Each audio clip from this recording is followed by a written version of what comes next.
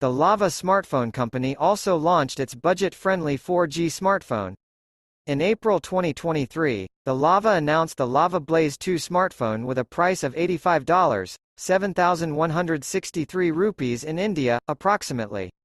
This 4G smartphone is especially for low-budget buyers. In this smartphone, the company offers a decent 6.5-inch IPS LCD display with a 90 Hz refresh rate and HD resolution. Like many low-budget phones, Lava Blaze 2 runs on Android 12 OS. In terms of storage, the device offers 6 GB RAM accompanied by 128 GB UFS 2.2 storage, while for expanded memory there's also a secondary card slot is also present.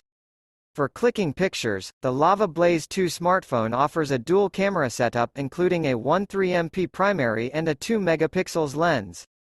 As for selfies, the device has an 8 megapixels front camera.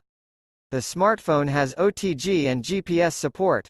Let's talk about battery backup. The smartphone holds a huge LiPo 5000 mAh battery with 18W wired charging support.